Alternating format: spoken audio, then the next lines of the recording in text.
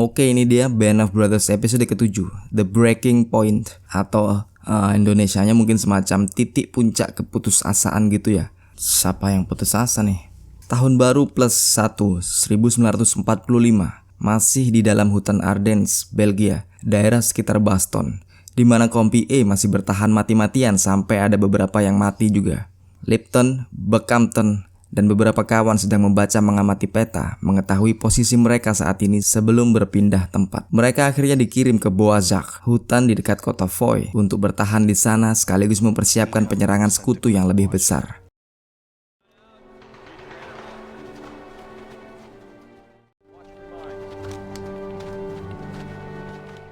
Di perjalanan, Hubler, Heschy, dan Christensen menyergap serdadu Jerman yang menaiki kuda.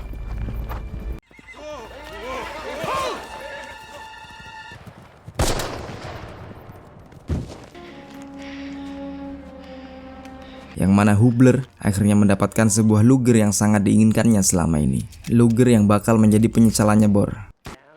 Betapa gembira Hubler mendapatkan pistol unik khas Nazi Jerman ini, memamerkannya ke seluruh teman-temannya yang juga turut gembira. Selanjutnya, Buckhampton berkonsultasi pada Lipton mengenai keberadaan Letnan Dyke, pemimpin Kompi E pengganti Mus Heleger ini, yang lebih sering hilang daripada memimpin Kompi, membuat khawatir Buck dan pemimpin Platoon lainnya. Namun tiba-tiba terdengar satu tembakan.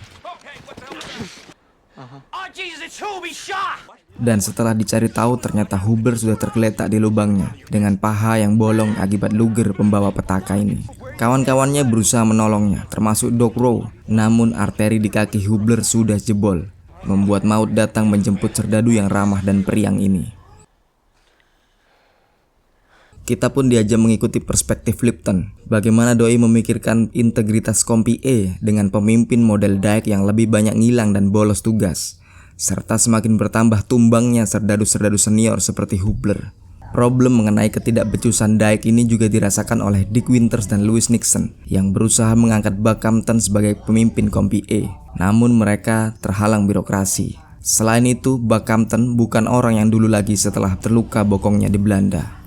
Buckhampton sudah berubah menjadi serdadu yang sangat serius sekarang.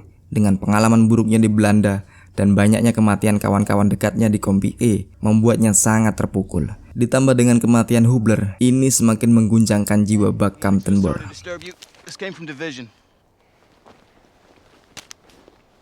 Besok paginya, Louis Nixon mendapatkan kesempatan untuk cuti 30 hari balik ke Amerika, menjalankan propaganda militer di sana. Sayangnya doi nggak mau dan Dick Winters memutuskan untuk memulangkan Letnan Peacock yang sudah terbukti nggak becus dalam memimpin skuad, apalagi bertempur bor.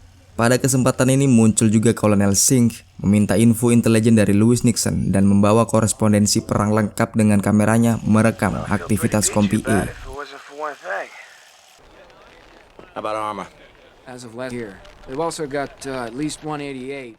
Satu kabar gembira bagi Kompi E karena Joe Toye yang terluka juga sudah balik untuk bertempur dan disambut hangat oleh kawan-kawannya.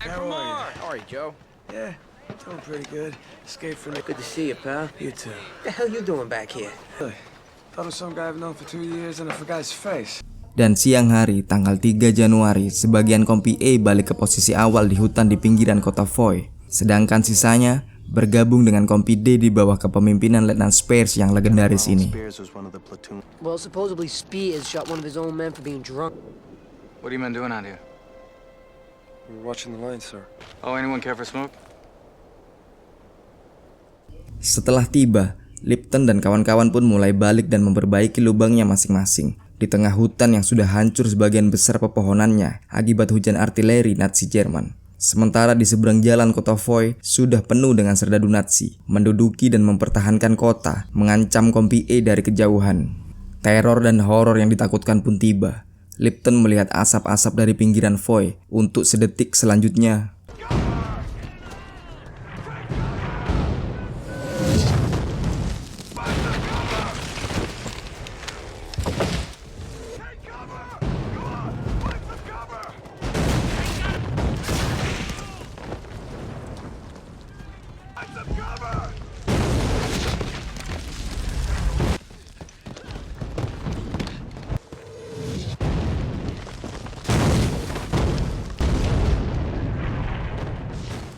Setelah badai api dan mesius sudah reda, Choi tergeletak nggak berdaya melihat kaki kanannya yang hilang separuh.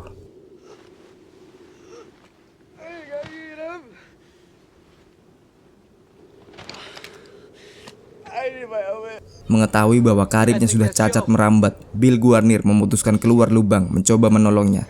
Sementara Lipton yang belum mengetahui cederanya Jotoye memilih menolong Beb Heffron yang tertimpa pohon sampai badai susulan datang dari langit.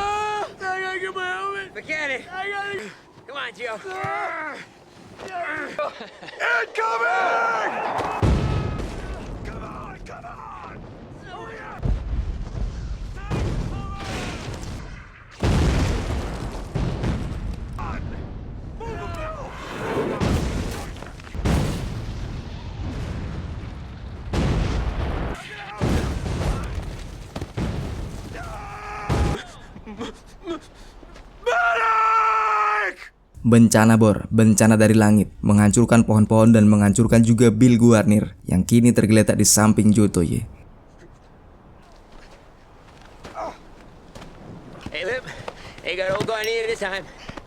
Dan dalam chaos ini tiba-tiba Dyke muncul menghampiri Lipton hanya untuk pamit dan alasan meminta bantuan.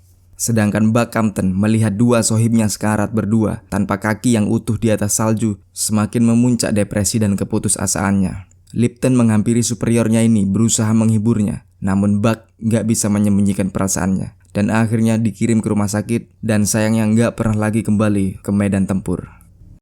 Di dalam hutan, dengan Buck ditarik mundur, Kompi A semakin krisis kepemimpinan di tengah momen yang sangat krusial ini.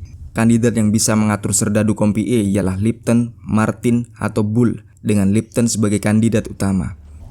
Di malam itu hujan ledakan menghantam lubang-lubang Kompi A sekali lagi. Malam seketika menjadi benderang dengan suara-suara teror yang bagaikan riuh sorak genderang bertabuh-tabuhan. Hanya kali ini suara ini ialah suara yang menghancurkan fisik dan mental para serdadu Kompi A.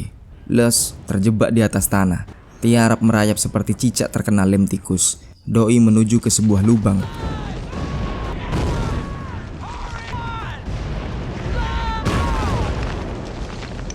Sampai akhirnya Les masuk ke lubang Lipton yang sebenarnya juga nyaris bor.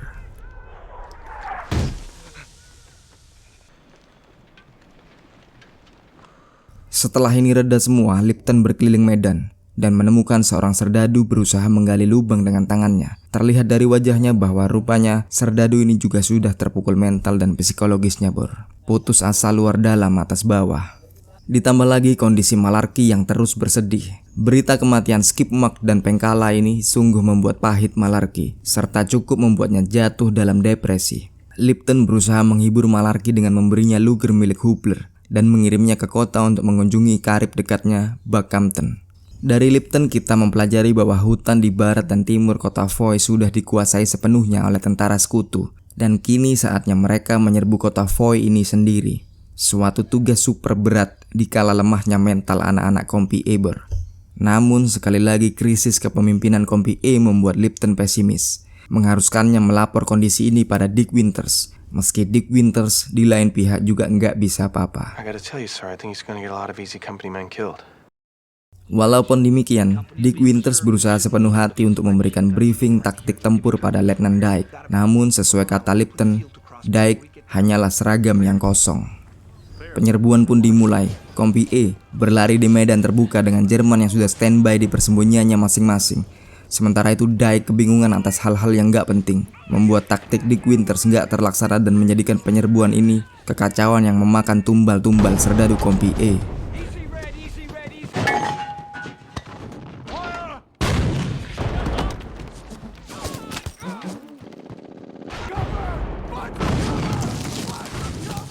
Di luar dugaan semua orang, Dyke malah memerintahkan anak buahnya untuk mundur. Sebaliknya, di belakang, Dick Winters meminta Kompi A untuk terus bergerak maju, menghindari artileri Jerman yang terus menembak. Nah loh, ketololan luar biasa Dyke ini akhirnya membuat Dick Winters marah besar dan berniat menyusul ke medan tempur.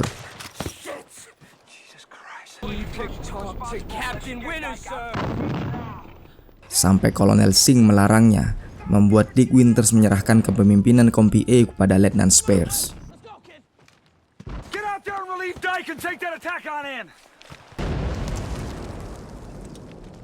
Sementara itu di medan tempur, korban-korban terus berjatuhan, termasuk Perconte yang tertembak di bokongnya. Tradisi Kompi E berlanjut terus-menerus.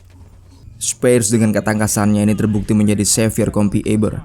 Taktik jitu dadakan dengan cepat diinisiasi dan Kompi E akhirnya terus bergerak menyerbu. Spears mengajak Lipton berhasil merangsek maju, berusaha berkolaborasi dengan Kompi E yang berada di balik kota. Namun Nazi Jerman masih kuat di tengah kota, dan Tiger dengan moncongnya terus-menerus menebar terornya. Di luar perkiraan, Spears melakukan aksi solo yang sekali lagi membuktikan bahwa namanya memang legendaris. Doi berlari sendirian menembus kota untuk menghubungi Kompi E, dan berlari balik lagi menuju Kompi E membuat shock pasukan Nazi. The astounding thing was that after he hooked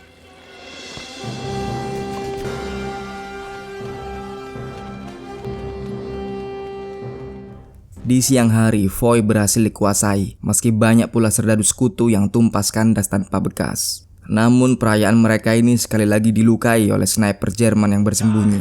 Kalau enggak karena Shifty Power yang berhasil menunjukkan powernya melakukan counter sniper. Di malam harinya, Lipton menulis jurnalnya dan menghabiskan waktu menginap di gereja kota itu bersama kawan-kawannya. Menyebutkan jika esok harinya Kompi E akan dikirim ke kota Hagenau untuk bertempur mempertahankan garis, memperhitungkan segala sesuatunya termasuk mengenang kematian kawan-kawannya. Dengan ini pula Letnan Dyke resmi dibuang ke sampah. Dan dengan ditunjuknya Letnan Spears memimpin Kompi E, ini cukup membuat hati Lipton lega dan bahagia, serta mengungkapkan kepadanya jika Kompi E sangat bersyukur mendapatkan pemimpin sepertinya. Namun Spears sebaliknya mengatakan jika Lipton lah yang merupakan pemimpin sejati Kompi E sejak awal. Besok paginya Kompi E berangkat lagi, berpindah menuju kota Hagenau. Nah, seperti apa pertempuran yang akan datang? Kita nantikan bersama di episode berikutnya, Bor. Dan terima kasih yang udah pada standby sampai menit ini. See you in the next video. Wassalamualaikum. Yuk, bye.